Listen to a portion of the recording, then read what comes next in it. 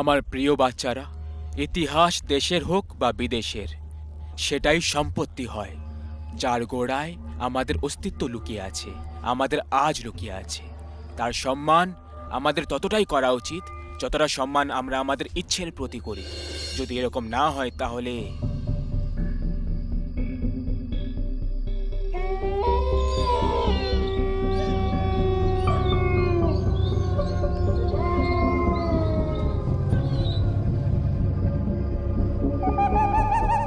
ভাই, জানি না কেন আমার মনে হচ্ছে যে আমাদের এই কেল্লায় যাওয়া উচিত না, খারাপ কিছু হয়ে যাবে।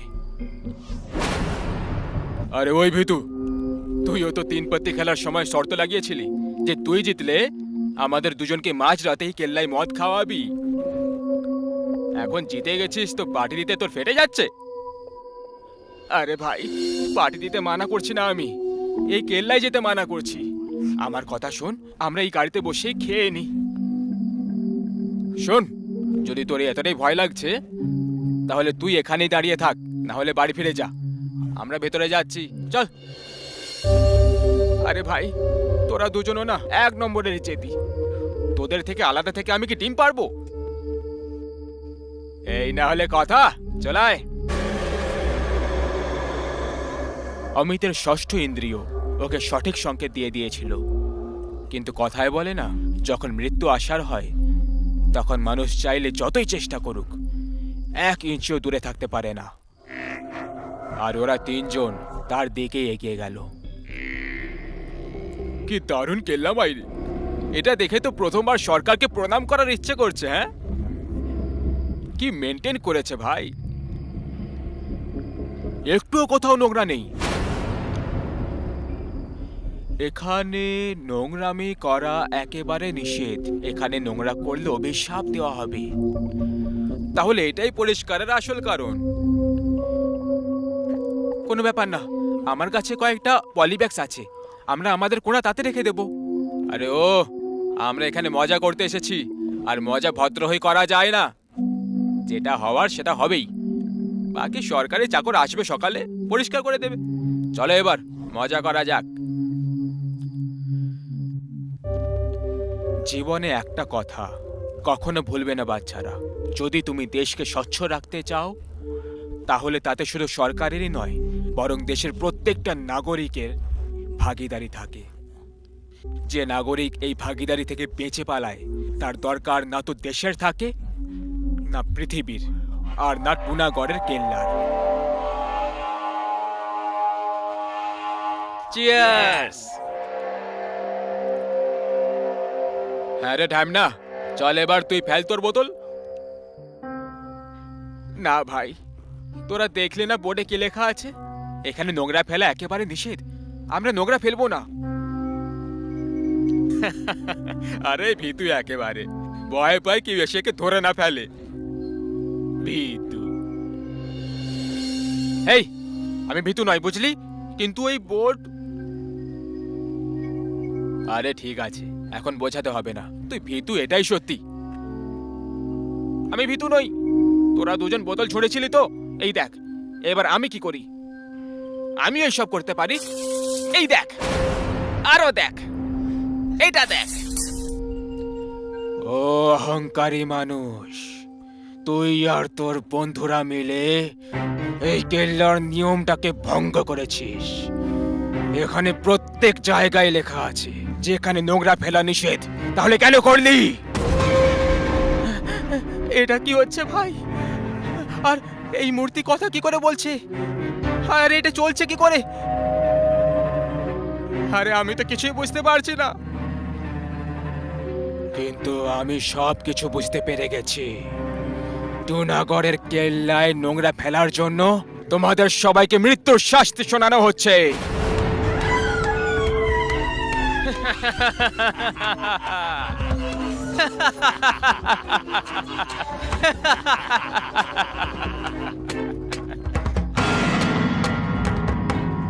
এইসব কি ফাজলামি হচ্ছে? তোরা দুজন মিলে এইসব করেছিস আমাকে ভয় দেখানোর জন্য। কেউ কিচ্ছু করেনি মূর্খ অহংকারী মানুষ, তোরা তিনজন করেছিস। মরার জন্য তৈরি হয়ে যাও।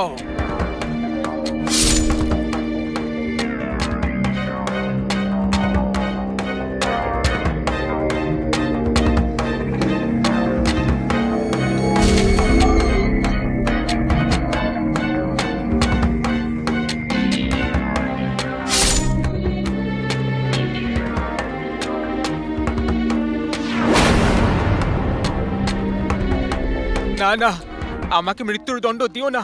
আমি আমি মরবো না। আমি আমি পরিষ্কার করে দিয়েছি, সব পরিষ্কার করে দিয়েছি। না, এটা হতে পারে না।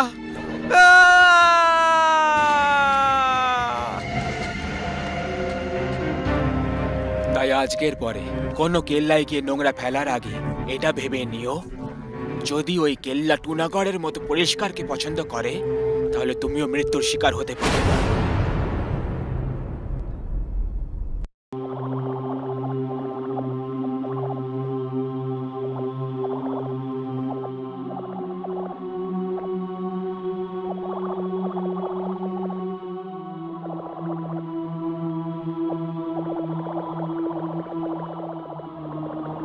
রিয়া মামনি, এবারে খেলা বন্ধ করো আর পড়তে বসো। ধাক্কা লেগে কিছু ভেঙে যেতে পারে। আমি খাবার বানিয়ে নিয়ে আসছি। না মা, আমি এখন খেলতে চাই। এখানে নয়তো বাইরে গিয়ে খেলে নেব।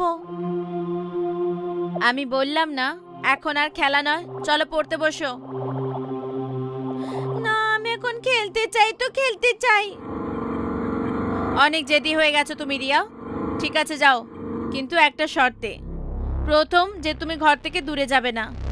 আর দ্বিতীয়, কোনো অজানা লোক বা গাড়ি যদি গলিতে আসে তাহলে তখনই তুমি ঘরের ভেতরে চলে আসবে। বলো, প্রমিস করছো? আগে তুমি বলো যে তুমি এমন প্রমিস কেন করতে বলছো? কারণ বাচ্চা চুরি করা খারাপ লোকেরা শহরে ঘোরাঘুরি করছে, যারা লোভ দেখিয়ে বাচ্চাদের তুলে নিয়ে চলে যায়। সেজন্য তুমি প্রমিস করলে তবেই তোমাকে ঘরের বাইরে যেতে দেব। বলো, প্রমিস করবে কি না? প্রমিস।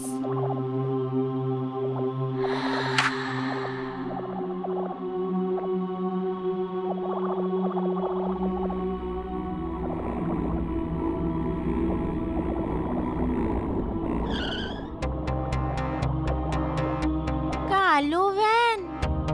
কালো ভ্যান তো আমাদের এলাকায় কারুর নেই। মানে এটা কোনো অজানা লোকের গাড়ি। মা বলেছিল যদি কোনো অজানা লোক বা গাড়ি গলিতে আসে তখন ঘরে ফিরে চলে আসবে। কিন্তু যদি আমি এক্ষুনি ঘরে চলে যাই তাহলে খেলবো কখন? মা নিশ্চয়ই বাচ্চা তুলে নিয়ে যাওয়ার মিথ্যে গল্প শুনিয়েছিল হবে, যাতে আমি ভয় পেয়ে ভেতরে চলে যাই। বাদ দে সব, হবে কেউ?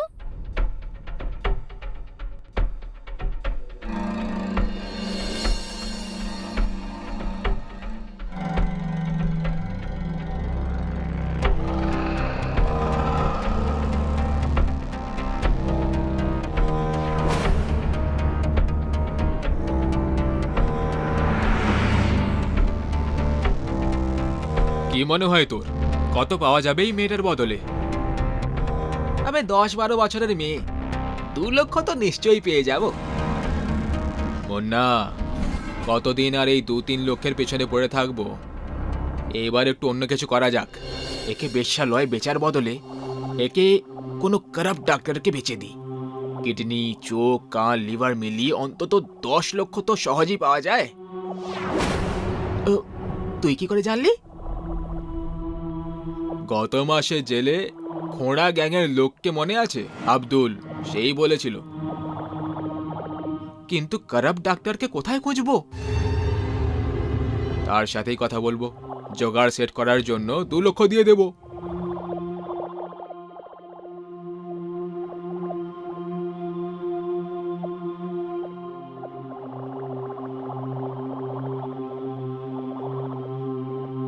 রিয়া, এসে গেলে হাত মুখ ধুয়ে নাও, খাবার তৈরি হয়ে গেছে।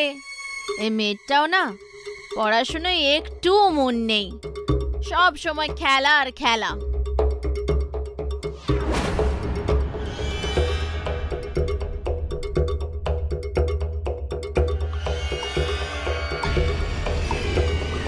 আরে, এই ছুরি তো আমার রিয়ার। রিয়া!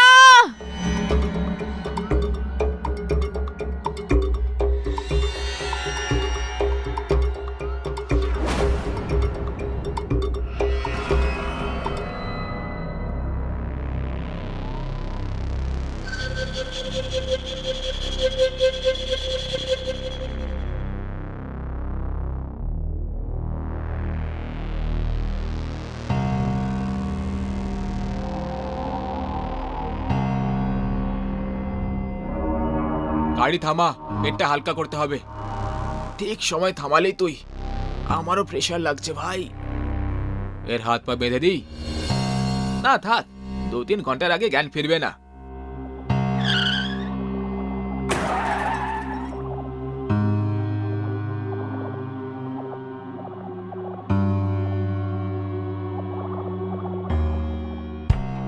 আরে ও পালিয়ে যাচ্ছে, ধর ওকে।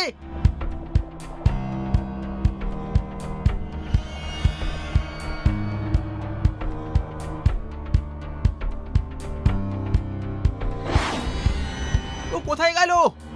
শালা, আমি আগেই বলেছিলাম মেয়েটার হাত পা বেঁধে দে। আরে তুই বেঁধে দিতিস, জিজ্ঞেস করলি কেন? আওয়াজ করলে ওরা জানতে পেরে যাবে। মনে হয় আমাদের বুদ্ধু বানিয়ে গেল বাচ্চাটা। যে ক্ষতিটা হলো সেটার এখন কি করব? দেখ, এ নয় তো অন্য কোনো বাচ্চাকে তো পেয়েই যাব। মা বাবার কথা এড়িয়ে দিয়ে খালি জায়গায় যারা খেলতে আসে, যাদের আমাদের মতো অজানা কিডন্যাপারদের কাছে আসতে কোনো সমস্যা থাকে না। আরে গ্রামের লোকেরা জমিতে বোতল নিয়ে আসছে হবে, আমাদের দেখে ফেললে মুশকিল হয়ে যাবে। চল এখান থেকে।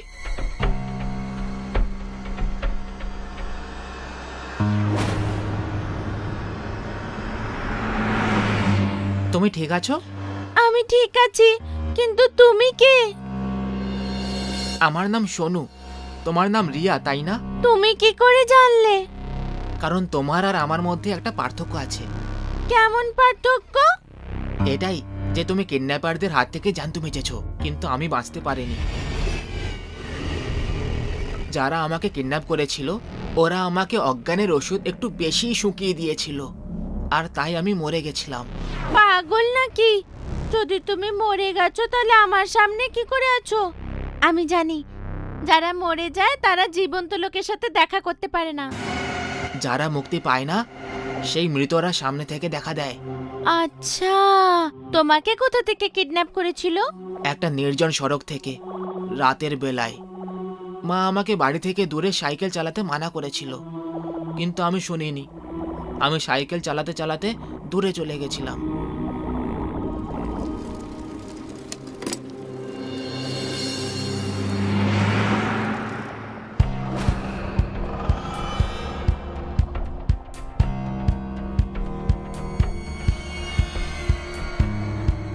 ভাই, বাচ্চা তো নিঃশ্বাসই নিচ্ছে না, এ তো মরে গেছে। শালা, তুই এইবারে অজ্ঞানের ওষুধ মিশিয়ে দিয়েছিলে হবে। এই মাসে 3 বার তুই একই ভুল করেছিস। এভাবেই চলতে থাকলে আমাদের ব্যবসা বন্ধ হয়ে যাবে একদিন। ফেলে দে ওকে বাইরে, আর সাইকেলটাও ফেলে দে।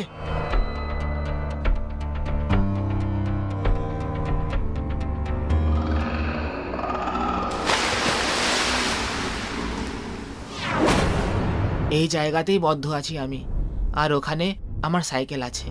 তুমি ওটা নিয়ে যাও। তোমার মা তোমার জন্য খুব কাঁদছে। তুমি কি করে? বলেছিলাম না, যারা মরে যায় তারা জীবিতদের ব্যাপারে সব কথা এমনিই জানতে পেরে যায়। যাও এবার। মরার আগে তোমার বাড়ি কোথায় ছিল?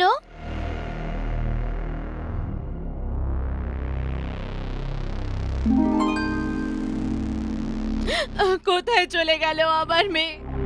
মা, রিয়া, তোকে কোথায় কোথায় খুঁজিনি আমি। সরি মা, এখন থেকে আমি তোমার সব কথা শুনবো আর তোমার শিক্ষা মেনে চলবো। ঠিক আছে রিয়া, ঠিক আছে, কিন্তু তুই কোথায় চলে গেছিলি? আমাকে কিডন্যাপ করে নিয়েছিল মা, কিন্তু সোনু আমাকে বাঁচিয়ে নিয়েছে। সোনু কে রিয়া? আপনি কে? আন্টি, আমি জানি সোনু কোথায় আছে।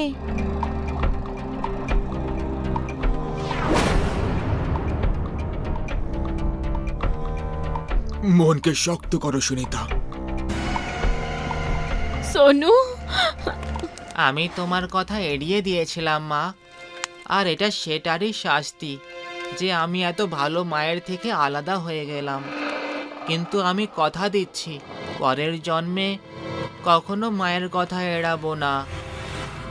না সকালে না রাত্রে ঘর থেকে দূরে খেলতে যাব না। আর না অজানা লোকেদের সাথে কথা বলবো। আমি সেখানেই যাব যেখানে আমি পুরোভাবে সুরক্ষিত থাকব। আসছি মা।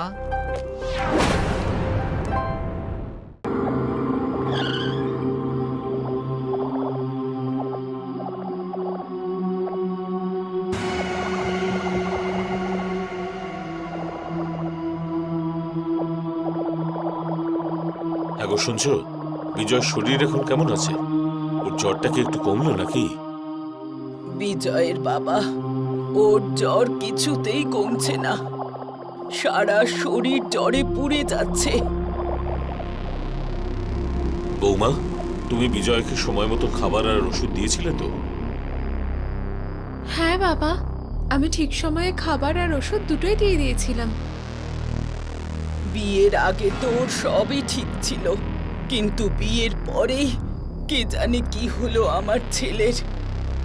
সারাক্ষণ শরীর অসুস্থ থাকে। এর আগে তো কখনো এটা হয়নি। এটা তুমি একদম ঠিকই বলেছ। আমাদের বিজয়ের তো ছোটখাটো অসুখই মাত্র করতো, আর ডাক্তার দেখিয়ে ওষুধ খেলে সেটা দুদিনে ঠিকও হয়ে যেত। এবার তো কিছুতে বুঝতেই পারছি না কোনো ওষুধ ওর উপর কাজ করছে না কেন। আমাদের ছেলেটাকে কত জায়গায় দেখালাম বলো তো, বড় বড় ডাক্তার দিয়ে ওকে পরীক্ষা করানো হলো, কিন্তু জানি না আমাদের ছেলেটার কি এমন অসুখ করলো কে জানে, যে ও কিছুতে ঠিক হওয়ার নামই নিচ্ছে না। যাকে, তুমি চিন্তা করো না, ঈশ্বরের ওপর বিশ্বাস রাখো, সব ঠিক হয়ে যাবে। আমার মনে হচ্ছে বিয়ের পরে কোনো অশুভ নজর পড়েছে আমার ছেলের ওপর। যদি সেটাই হয়, তাহলে যে খারাপ নজর দিয়েছে আমার ছেলের ওপর, তার শরীরে পোকা পড়ুক, ওর বংশ শেষ হয়ে যাক। বিন্দু, শান্ত হও।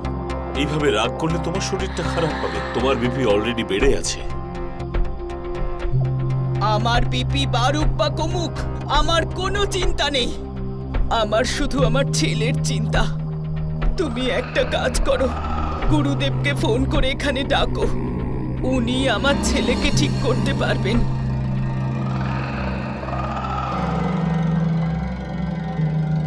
প্রণাম গুরুদেব। কি আর বলবো গুরুদেব, শুধু জেনে রাখুন চারদিকে নানা ঝামেলায় জড়িয়ে আছি। আমাদের ছেলেটার শরীরটা বড্ড খারাপ হয়েছে। যদি দয়া করে আপনি আমাদের বাড়িতে আসেন, তাহলে একটু আশা পাই। আগে আগে গুরুদেব, প্রণাম। গুরুদেব কি বললেন? গুরুদেব আমাদের প্রতিবেশীর বাড়ি এসেছেন। কিছুক্ষণের মধ্যে উনি এখানেও আসবেন। চিন্তা করো না, সব ঠিক হয়ে যাবে। ঈশ্বরের অশেষ কৃপা যে গুরুদেব কাছাকাছি আছেন। এই অসুখ আমার ছেলেকে একেবারে শেষ করে দিল। মা, কাঁদবেন না, গুরুদেব তো আসছেন, উনি সবকিছু ঠিক করে দেবেন।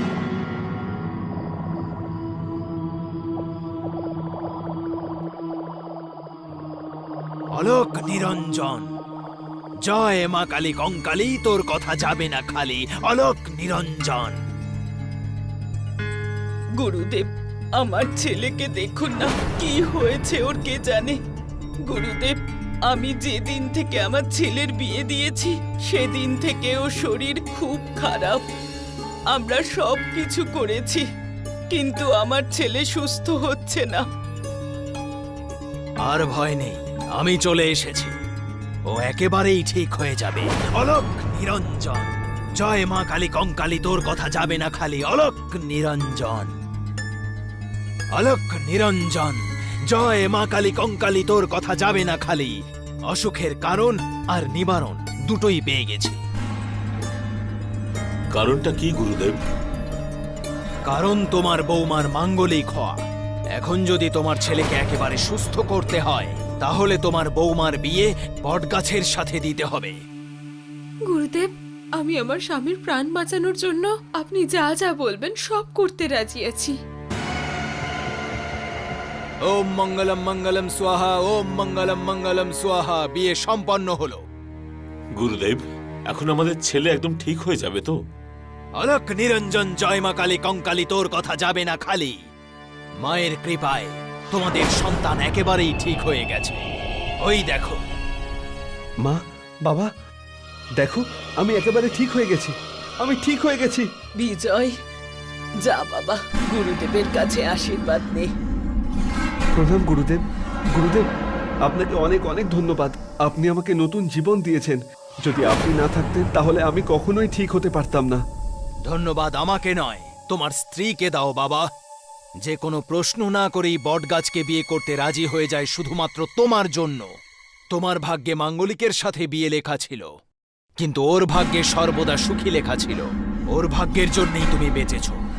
অন্য কোনো মেয়ে হলে তোমার মৃত্যু নিশ্চিত ছিল। সন্ধ্যা, আর কিচ্ছু বলার প্রয়োজন নেই। তুমি সুস্থ হয়ে গেছো, আমার জন্য এটাই যথেষ্ট। আমাদের ছেলে খুব ভাগ্যবান যে সন্ধ্যার মতো এত ভালো বউ পেয়েছে। আর এমন বৌমা পেয়ে আমরাও।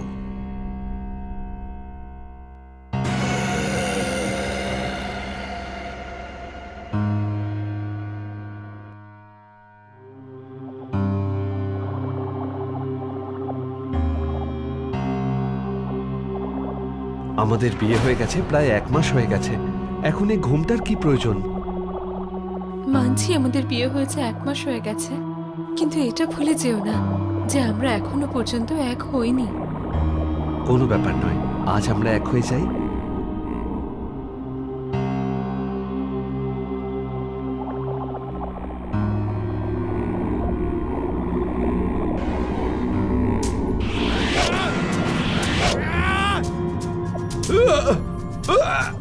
বিজয়, বিজয়, এই হঠাৎ করে কি হচ্ছে তোমার? বিজয়,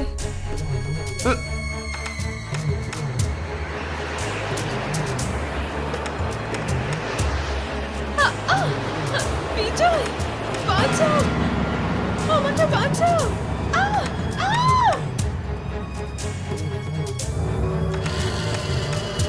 সন্ধ্যা, সন্ধ্যা, সন্ধ্যা, সন্ধ্যা।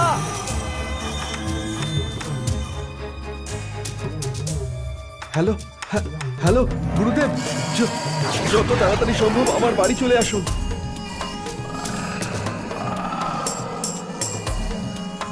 বিজয়, বাঁচাও আমাকে। গুরুজি, বাবা, বাঁচান আমাকে, আমাকেও বাঁচাও, বাঁচাও আমাকে।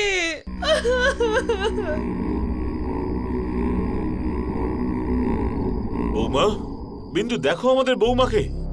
সন্ধ্যা, বাবা, বাঁচান আমাকে। মা, মা, বাঁচান আমাকে।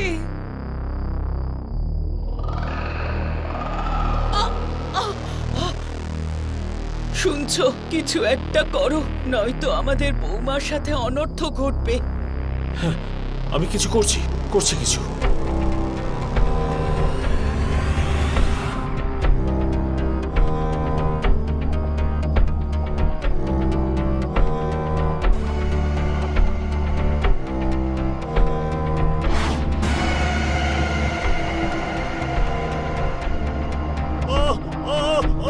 বাঁচাও বিন্দু, বিন্দু বাঁচাও আমাকে, বাঁচাও।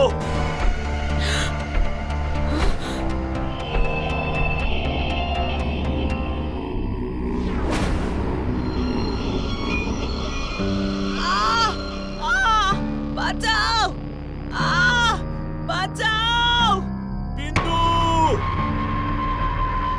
মা, বাবা, সন্ধ্যা। বাবা বিজয়, আমাদের বাঁচাও। আমাদের বাঁচা বাবা, বাঁচাও আমাদের। তোমরা কোনো চিন্তা করো না, আমি এক্ষুনি ছাড়াচ্ছি তোমাদের।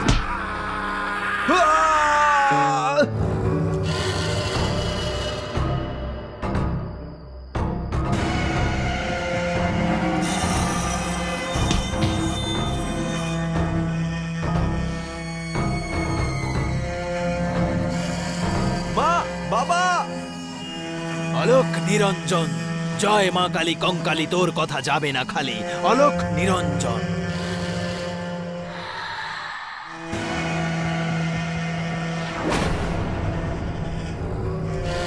গুরুদেব, বাঁচান আমাকে, বাঁচান অলোক আমায়। নিরঞ্জন, জয় মা কালী কঙ্কালী, তোর কথা যাবে না খালি। ওম হিম ক্রিং ফট স্বাহা। পালিয়ে যাও, পালিয়ে যাও।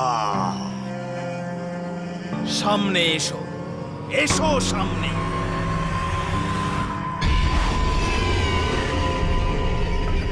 কে তুমি? কে চাইছো কি? কেন তুমি এই বাচ্চাটাকে জ্বালাতন করছো? আজ যখন তুমি ওর বিবাহ এই গাছের সঙ্গে দিচ্ছিলে, তখন আমি এই গাছের মধ্যেই ছিলাম। সেই জন্য ওর বিবাহ আমার সঙ্গেও হয়েছে। এখনো আমারও স্ত্রী। এখন আমি ওকে আমার সঙ্গে করে নিয়ে যাব। আমার সঙ্গে করে নিয়ে যাব। তুই একজন আত্মা, আর তুই যাকে তোর স্ত্রী বলছিস ও একজন মানুষ। তাই এক আত্মার স্ত্রী কখনো মানুষ হতে পারে না। ছেড়ে দে ওকে, ছেড়ে দে। আমি ওর সঙ্গ 7 জন্ম পর্যন্ত ছাড়ব না।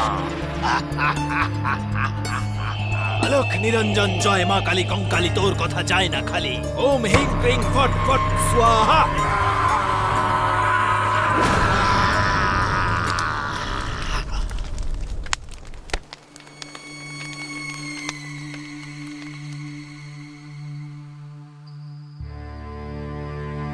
তোমাদের দুজনের কল্যাণ হোক। আমাকে বাঁচানোর জন্য আপনাকে অনেক অনেক ধন্যবাদ গুরুদেব, কিন্তু মা আর বাবা তো। জীবন আর মৃত্যু সব ওপরওয়ালার হাতে বাবা। সকলের মৃত্যু নিশ্চিত। তোমরা দুজন আগামী দিনের কথা ভাবো। কিন্তু আপনি আবার ফিরে এলেন কি করে গুরুদেব? আসলে তোমাদের সাথে আমার আত্মার মিলন আছে বাবা। তোমাদের অসুবিধের কথা আমি আগেই অনুভব করেছি, তাই আমি ফিরে এসেছি। ভগবান তোমাদের মঙ্গল করুন। আলোক নিরঞ্জন। এই পৃথিবীর ভিড়ে যখন কোনো মানুষ কোনো বিপদে পড়ে যায়, তখন সে সবার কাছে সাহায্য চায়। কিন্তু এই ভিড়ে কিছু লোক এমনও আছে যারা সাহায্যের নামে সামনেওয়ালাকে আরো বিপদে ফেলে দেয়, যা থেকে প্রাণ চলে যাওয়ার ভয় থাকে। কালো অন্ধকার রাতে শিয়ালদের চিৎকারের আওয়াজ আসে। একটা বড় গাছে অনেকগুলো কাক একসঙ্গে বসে কা কা করে ওখান থেকে উড়ে চলে যায়। সুমিত ড্রাইভিং সিটে বসেছিল। দিশা ওর পাশের সিটে বসেছিল। বেবি, তোমার ছেলে চাই না মেয়ে? ছেলে হোক বা মেয়ে, আমার জন্য দুটোই সমান সমান। তাছাড়া তোমার কি চাই? যেটা তোমার পছন্দ সেটাই আমার পছন্দ। তখনই অনেকগুলো কাক উড়ে যাচ্ছিল। তাদের মধ্যে একটা কাক গাড়ির দিকে মুড়ে যায় আর উইন্ডস্ক্রিনের সাথে ধাক্কা খেয়ে মরে যায়। উইন্ডস্ক্রিন ব্ল্যাক হয়ে যায় আর অনেক রক্তও বেরিয়ে যায়। সুমিত তক্ষুনি ব্রেক লাগিয়ে গাড়ি থামিয়ে দেয়। দুজনে গাড়ি থেকে বাইরে বেরিয়ে আসে। দিশা ঘাবড়ে গেছিল আর এদিকে সুমিত মৃত কাকের দিকে তাকিয়েছিল। সুমিত এগিয়ে চলে গেল আর কাকটাকে তুলে দূরে ছুড়ে দেয়। সুমিত, এই রাস্তা দিয়ে যাওয়াটা আমার ঠিক লাগছে না। তার উপর তোমার এই ভাঙা গাড়ি। আমরা অন্য কোনো রাস্তা দিয়ে যাই না? বেবি, এটা ভাঙা গাড়ি নয়, এটা খানদানি গাড়ি। আর বেবি, আমরা অনেক এগিয়ে চলে এসেছি, তাই এখন অন্য রাস্তা দিয়ে যাওয়ার মানে হলো আবার আমাদেরকে শহরে যেতে হবে। এখন চলো গাড়িতে বসো, না হলে এখানে পুরো রাত কেটে যাবে। দুজনে গাড়িতে বসে পড়ে আর ওখান থেকেই যেতে লাগলো। গাড়ি নির্জন ঘন জঙ্গলের মাঝখান দিয়ে গিয়ে যাচ্ছিল। তখন এই গাড়ি হঠাৎ 2-3টে ধাক্কা খাওয়ার পরে একটা জায়গায় থেমে যায়। সুমিত গাড়িটা স্টার্ট করার চেষ্টা করতে লাগলো, কিন্তু গাড়িটা স্টার্ট হলো না। এটা দেখে দিশার মুড খারাপ হয়ে গেল। সুমিত দিশার ভাব দেখে বুঝতে পেরে যায় যে ও এবার বিরক্ত হয়ে গেছে। কিছু ভাবতে ভাবতে সুমিত গাড়ি থেকে বাইরে বেরিয়ে আসে। সুমিত গাড়ির ফ্রন্টে গিয়ে বোনাট খুলে ফল্ট চেক করতে লাগলো। দিশা ওর কাছে এলো আর রেগে বলল, আমি বলেছিলাম হানিমুনের জন্য আমরা অন্য কোনো গাড়ি নিয়ে যাব, কিন্তু না, তোমার তো এই আদি যুগের পুরনো ভাঙা গাড়িটাই নিয়ে যাওয়ার ছিল। হয়ে গেল তো আবার খারাপ। কি জানি আমরা কখন গোয়া পৌঁছবো। কাম ডাউন সুইট হার্ট, রেগে যাচ্ছ কেন? এটা আমার দাদুর দেওয়া প্রথম গাড়ি। তুমি জানো আমাদের পরিবারে যে কেউ এই গাড়ি নিয়ে হানিমুন করতে গেছে না, তারা খুশির খবরটা খুব তাড়াতাড়ি পেয়ে গেছে। ভয় পেয়ে দিশা অন্ধকারে এদিকে ওদিকে দেখতে লাগলো। কিন্তু অন্ধকার হওয়ার কারণে ও কিছুই দেখতে পেল না। তখনই ওর কানের কাছে কেউ যেন এলো। কে তুমি? আওয়াজ শুনে দিশা আওয়াজের দিকে এক ঝটকা ঘুরে তাকালো, কিন্তু আশেপাশে কাকেও দেখতে পেল না। তারপর ওর মনে হলো ওর সাথে এই ইয়ার্কি সুমিতই করেছে। কিন্তু সুমিতকে নিজের সামনে দাঁড়িয়ে থাকতে দেখে দিশা ভয়ে কেঁপে ওঠে। তাহলে ওই আওয়াজটা কার ছিল? এই প্রশ্নটা দিশার মাথায় ঘুরতে শুরু করলো। সুমিত, আমার এই জায়গাটা মোটেই ঠিক মনে হচ্ছে না। আমাদের এখান থেকে তাড়াতাড়ি বেরিয়ে যাওয়া উচিত। ডোন্ট ওয়ারি বেবি, গাড়ি স্টার্ট হয়ে গেলেই আমরা রওনা দেব।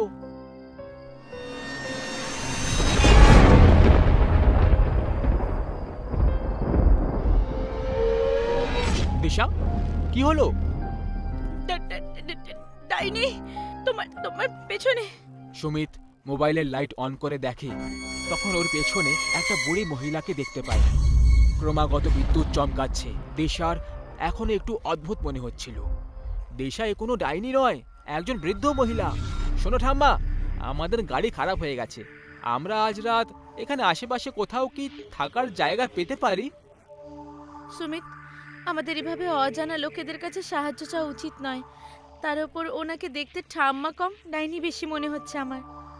এখন সবাই তোমার মতো এত যুবতী আর সুন্দরী তো হতে পারে না আমার ডার্লিং। ডোন্ট ওয়ারি, ও একটা বুড়ি। ওর নিজের একটা পা কবরে আছে। এ চাইলেও আমাদের কি ক্ষতি করতে পারবে? কাছে একটা ডাক বাংলো আছে যেখানে আমি দেখাশোনার কাজ করি। তোমরা দুজন ওখানে থেকে যেতে পারো। ডাক বাংলার দরজা ভেতরের দিকে ভয়ঙ্কর আওয়াজের সাথে খুলল। দরজার সামনে উষা আর তার সামনে সুমিত আর দিশা দাঁড়িয়েছিল। তিনজন ভেতরে চলে আসে, আর তখনই দিশার উপরে একটা সাপ পড়ে যায়। দিশা চিৎকার করে লাফাতে লাগলো। উষা ওকে বলল, ভয় পেও না, এটা নকল সাপ, এটা খেলনা। আমার নাতি নাতনিরা এটা দিয়ে খেলা করে। যাও গিয়ে হাত মুখ ধুয়ে নাও, আমি খাবার নিয়ে আসছি। সুমিত আর দিশা একটা রুমের দিকে এগিয়ে গেল। উষা যেতে যেতে ওদেরকে দেখলো, আর তখনই ওর চেহারায় ডাইনির রূপ দেখতে পাওয়া যায়। সুমিত আর দিশা ডাইনিং টেবিলে বসে খাবার খাচ্ছিল। উষা ডাইনির রূপে দুজনকে খাওয়ার সময় সাইডে দাঁড়িয়ে থেকে ওদেরকে দেখতে থাকে আর স্মাইল দিতে থাকে। দিশা গ্লাসে করে জল খাচ্ছিল, আর গ্লাস যখনই টেবিলের উপরে রেখে দেয়, ও নিজের খাবারের থালায় অনেকগুলো পোকামাকড় দেখতে পায়। ও জোরে চিৎকার করে ওঠে আর থালাটা দূরে ছুঁড়ে দেয় আর বমি করার চেষ্টা করতে লাগলো। দিশা, কি হলো দিশা? কি হয়েছে? আরে ওকে, তুমি খাবার ছড়িয়ে দিলে কেন? আমার থালায় অনেকগুলো টিকটিকি, গিরগিটি আর অনেক পোকামাকড় ছিল। আমি খাবার না, শুধু পোকামাকড় খাচ্ছিলাম। তুমি ওই খাবার খেও না, ফেলে দাও সবকিছু। দিশা ফেলে দেওয়া থালার দিকে দেখে তখনই ও শুধু খাবারই দেখতে পেল। তারপর সুমিত দুধের গ্লাস নিয়ে ওকে দুধ খাওয়ার জন্য দেয়। দিশা দুধ খেতে শুরু করে। তখনই ওর মনে হলো যে ও রক্ত খাচ্ছে। গ্লাসের দিকে দেখলো তো দুধ লাল রঙের দেখাচ্ছিল। ও তক্ষুনি গ্লাস ফেলে দেয় আর রক্ত রক্ত চিৎকার করে ওঠে। এটা তুমি কি বলে যাচ্ছ দিশা? দেখো দেখো, ওখানে ওখানে না তো টিকটিকি রয়েছে, না গিরগিটি, আর না পোকামাকড়। ওকে, এই নাও দুধ খেয়ে নাও। সুমিত, সুমিত, এতে রক্ত আছে। আমাকে রক্ত খাওয়াচ্ছ? দিশা, তোমার কি হয়ে গেছে? তোমার শরীর ঠিক আছে তো? ওটা রক্ত নয়, দুধ ছিল। মনে হচ্ছে তুমি একটু বেশি ক্লান্ত হয়ে পড়েছো। চলো গিয়ে শুয়ে পড়ি। সুমিত গভীর ঘুমে শুয়েছিল। দিশার ঘুম পাচ্ছিল না, আর ও বিছানায় বসে আছে। ওর নজর জানালার দিকে যায়, তখন সেখানে ডাইনিকে দাঁড়িয়ে থাকতে দেখে। ও জোরে জোরে চিৎকার করতে লাগলো। সুমিত ঘাবড়ে গিয়ে উঠে পড়ে আর জিজ্ঞেস করে, দিশা, দিশা, কি হয়েছে? কি হয়েছে? সুমিত আর দিশা দুজন জানালার দিকে তাকায়, কিন্তু কাউকে দেখতে পেল না। সুমিত উঠে জানালা বন্ধ করে দেয় আর দিশাকে বলে, দিশা, তুমি যা কিছু দেখে চিৎকার করছো ওটা শুধু তোমার ভ্রম আর কিছুই না। তুমি নিশ্চিন্তে শুয়ে পড়ো, সব ঠিক হয়ে যাবে। না সুমিত, আমার বিশ্বাস করো, ওখানে সত্যি কোনো ডাইনির মতো দাঁড়িয়ে ছিল। আমি ভালো করে দেখেছি দিশা, ওখানে তেমন কিছুই নেই। এনিওয়েজ, তুমি অনেক ঘাবড়ে গেছো, আমি তোমার জন্য জল নিয়ে আসছি। সুমিত কিচেনের দিকে চলে গেল। ওখানে ফ্রিজ রাখা রয়েছে। সুমিত জল বার করে আর ফ্রিজের দরজা বন্ধ করে মুড়ে যায়। আর তখন ওর মনে হলো ও যেন কিছু দেখেছে। ও ফ্রিজটা আবার খুলে দেখে আর একেবারে অবাক হয়ে যায়। ফ্রিজে একটা মাথা কেটে রাখা ছিল। সুমিত গুরুতরভাবে ভয় পেয়ে যায়। তখনই দিশার চিৎকার শুনতে পাওয়া যায়। সুমিত আওয়াজের দিকে ঘুরে তাকায়। সুমিত, সুমিত, ও আবার এসেছিল। সুমিত, প্লিজ আমার বিশ্বাস করো, ও আবার এসেছিল। ও সত্যিই ডাইনি। তুমি ঠিক বলছো, এই জায়গাটা ঠিক নয়। আমিও ফ্রিজে কোনো এক মানুষের কাটা মাথা দেখলাম। চলো চলো পালাও এখান থেকে। সুমিত আর দিশা গেটের দিকে দৌড়চ্ছিল, কিন্তু যখনই ওরা দুজন গেটের দিকে পৌঁছলো তখন গেট নিজের থেকেই বন্ধ হয়ে যায়। দুজন বুঝতে পারলো না যে এখন তারা কি করবে। দিশা পেছনে ঘুরে তাকালো। তখনই বিদ্যুৎ চমকালো। বিদ্যুতের আলোয় দিশা ওই বাড়ির ছাদে সেই ডাইনিটাকে উড়তে দেখতে পায়। ওর চোখ দুটো ভয়ের চোটে একেবারে ফেটে রয়ে গেল। সুমিত ওপরে তাকিয়ে দেখে তখন ওরও অবস্থা খারাপ হয়ে গেল, কারণ দুজনের মাথায় মৃত্যু যে দাঁড়িয়েছিল। ছাদে উষা খুবই ভয়ঙ্কর ডাইনি রূপে দেখা যাচ্ছিল। ও জোরে জোরে হাসতে শুরু করলো। আজ অব্দি বাংলো থেকে কেউ বেঁচে পালাতে পারেনি, তোমরা দুজন কি করে যাবে? হাসতে হাসতে ডাইনি দুজনের দিকে এগিয়ে যায়। সুমিত আর দিশা ঘাবড়ে গিয়ে পেছনের দিকে পালাতে লাগলো, কিন্তু তখনই ডাইনি নিজের দুটো হাত লম্বা করে দেয় আর ওর হাত পিঠ দিয়ে ওদের ভেতরে ঢুকে যায় আর পেট ছিঁড়ে বেরিয়ে আসে। দুজন ওখানেই মরে যায়। আর ডাইনি হাসতে শুরু করে। মানুষকে কখনো কোনো রাস্তায় অজানা লোকেদের থেকে সাহায্য নেওয়া উচিত নয়, না হলে যে কোনো মুহূর্তে যে কোনো অবস্থায় নিজের প্রাণ হারাতে পারে।